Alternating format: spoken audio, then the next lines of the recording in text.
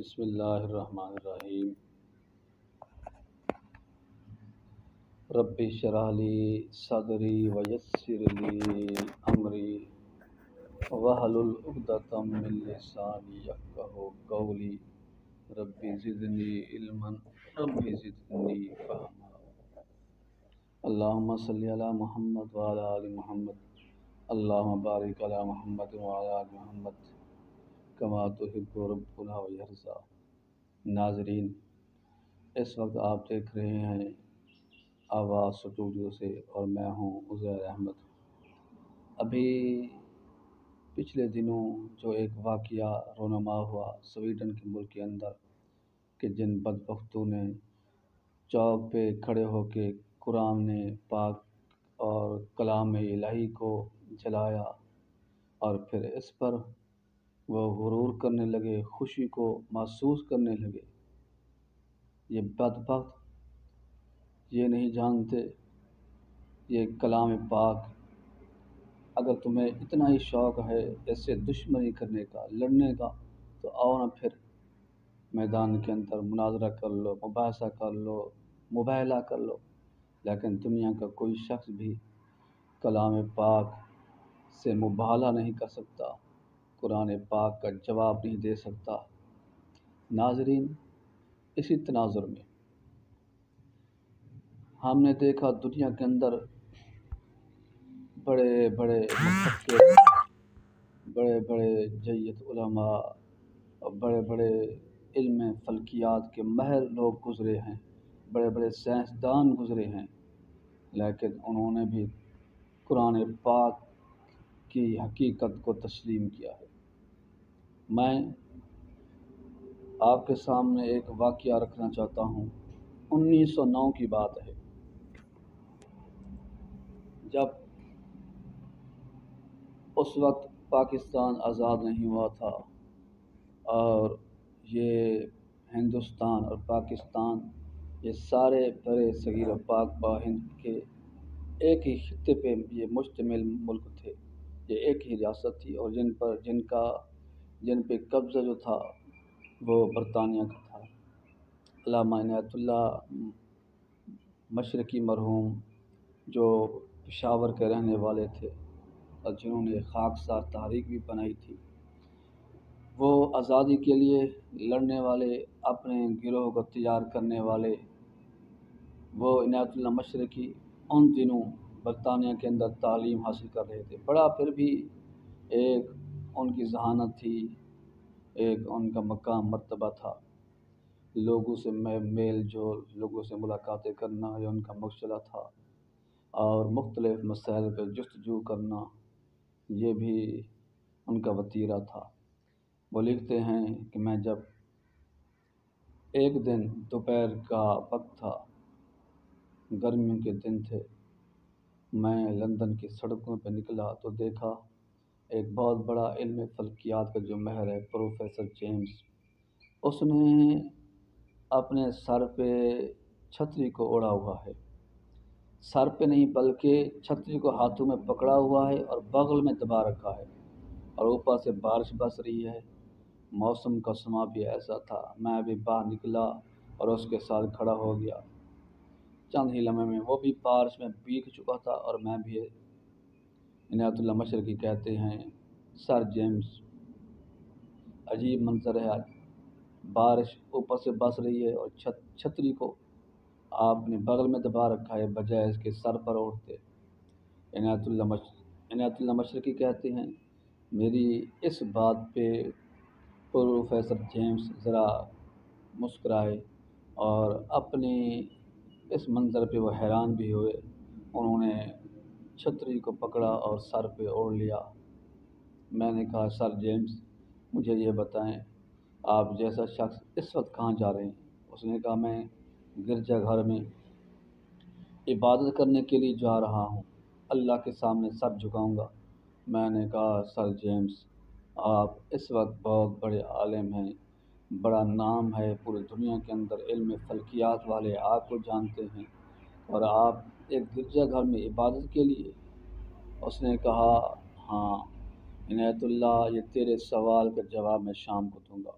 شام کو میرے پاس آنا۔ شام کو جب عنایت اللہ مشرقی کہتے ہیں میں گیا تو سر جیمز نے چائے منگوائی اور آپ بھی پی اور مجھے بھی پلائی۔ پھر یہ کہتے ہیں عنایت اللہ مشرقی اب بتاؤ تمہارے سوال کیا تھے؟ میں نے وہی بات دہرائی۔ سر جیمز نے ایک ٹھنڈی آہ بھری اور کہا عنایت اللہ کیا تم نہیں جانتے میں علم فلکیات کا ماہر ہوں۔ میں جب گرجا گھر میں اپنے اللہ کے سامنے سر کو جھکاتا ہوں تو میں غور کرتا ہوں کہ اللہ رب العزت نے کتنے بڑے آسمان پہ ستاروں کو بنایا، اس نے کتنے بڑے سورج کو بنایا، کتنے بڑے چاند کو بنایا، اور ان کی رفتاروں کو میں جانتا ہوں کہ جب سے یہ معرض وجود میں آئے ہیں اس وقت سے ان کا نظام آپس میں نہیں ٹکرایا۔ ان حالات میں جب میں اللہ کے سامنے جھکتا ہوں تو دیکھتا ہوں یہ اتنا بڑا سورج اور اتنا بڑا چاند، اور عنایت اللہ مشرقی کہتے ہیں پروفیسر جیمس نے چاند اور سورج کا نقشہ کچھ اس طرح کھینچا کہ میں بھی حیران ہوا، اور پروفیسر جیمس کے جو پورے جسم کے بال ہیں ان کے رونگٹے کھڑے ہو چکے تھے۔ کہ عنایت اللہ یہی وجہ ہے میں اس وحدہ قہار کے سامنے، اس فعال لما یرید کے سامنے اس لیے میں جھکتا ہوں۔ مجھے پتہ ہے کہ وہ آسمانوں کو بنانے والا، ستاروں کو، چاند کو اور سورج کو بنانے والا جو اتنا بڑا رب عظیم ہے، اور میرا حق نہیں کہ میں اس کے سامنے اپنے سر کو میں جھکاؤں۔ ابھی یہ باتیں کر رہے تھے، عنایت اللہ مشرقی کہتے ہیں سر جیمز میں آپ کو پھر کیوں نہ بتاؤں، اللہ تعالیٰ نے ہماری کتاب میں کلام حمید میں ارشاد فرمایا کہ الم تر ان اللہ انزل من السماء ماء فاخرجنا به ثمرات مختلف الوانها ومن الجبال جدد بیض مختلف الوانها وغرابیب السود۔ کیا اے لوگو تم نہیں جانتے اللہ رب العزت نے آسمان سے بارش کو برسایا، پھر کیا ہوتا ہے زمین سے سبزہ نکل آتا ہے، جو فصلیں اس حالت میں ہوتی ہیں کہ ناکارہ ہوتی ہیں، پھر اللہ رب العزت کی رحمت سے وہ دوبارہ تر و تازہ ہو جاتی ہیں۔ اور یہ پہاڑ اللہ رب العزت نے بنائے، کبھی تم نے دیکھا کہ ان پہاڑوں نے اللہ رب العزت کے اللہ احکم الحاکمین کے حکم کی عدولی کی ہو؟ جب میں یہ بیان کر رہا تھا پروفیسر جیمز سن رہے تھے۔ میں نے کہا وَمِنَ الْجِبَالِ جُدَدٌ بِیضٌ وَحُمْرٌ مُخْتَلِفٌ أَلْوَانُهَا وَغَرَابِیبُ السُّودُ۔ اللہ رب العزت نے مختلف نوعیت کے، مختلف رنگوں کے مالک کائنات نے ان پہاڑوں کو بنایا۔ اے جیمز پھر اللہ رب العزت کہتا ہے کَذَلِکَ إِنَّمَا یَخْشَى اللَّهَ مِنْ عِبَادِهِ الْعُلَمَاء، کہ جو ان چیزوں پہ غور و فکر کرتے ہیں تو وہی لوگ ہیں جو اہل علم ہیں، جو اللہ رب العزت سے ڈرتے ہیں۔ اس نے کہا یہ بات میں نے آج تم سے سنی ہے کہ انما یخشی اللہ من عبادہ العلماء، اور حقیقت میں اللہ رب العزت سے وہی ڈرتا ہے جو اللہ کی عظمت کو جانتا ہے، جو اللہ کے مقام کو جانتا ہے، جو مالک کی کبریائی کو پہچانتا ہے۔ اس نے کہا عنایت اللہ میں گواہی دیتا ہوں یہ کلام پاک، قرآن پاک محمد کریم صلی اللہ علیہ وآلہ وسلم کی لکھی ہوئی نہیں ہے، بلکہ اللہ رب العزت کی طرف سے یہ عطا کی ہوئی ہے، اللہ رب العزت کی طرف سے نازل کی ہوئی ہے۔ تو ناظرین یہ حالات تھے کہ کلام پاک کے ایک حصے کو سن کے پروفیسر جیمز جیسے بڑے علم فلکیات کے ماہر نے بھی اس بات کا اقرار کیے بغیر اس کا چارہ نہ تھا کہ کلام پاک جو ہے اللہ رب العزت کا کلام ہے، یہ قرآن پاک محمد صلی اللہ علیہ وسلم کی لکھی ہوئی نہیں ہے، نہ دنیا کے کسی انسان کی طرف سے آئی ہے، بلکہ یہ منظم من اللہ ہے۔ اس لیے جب اہل مغرب جب کلام پاک کی آیات کا جواب دینے سے وہ عاری ہو جاتے ہیں۔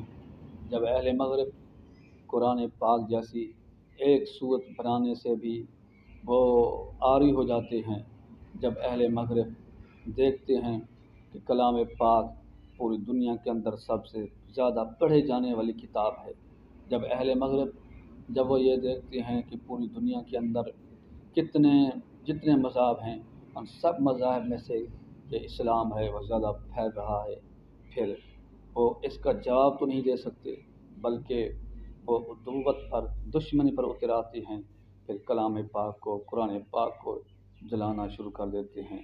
لیکن یاد رکھو اللہ رب العزت قادر کریم ہے و قادر مطلق ہے۔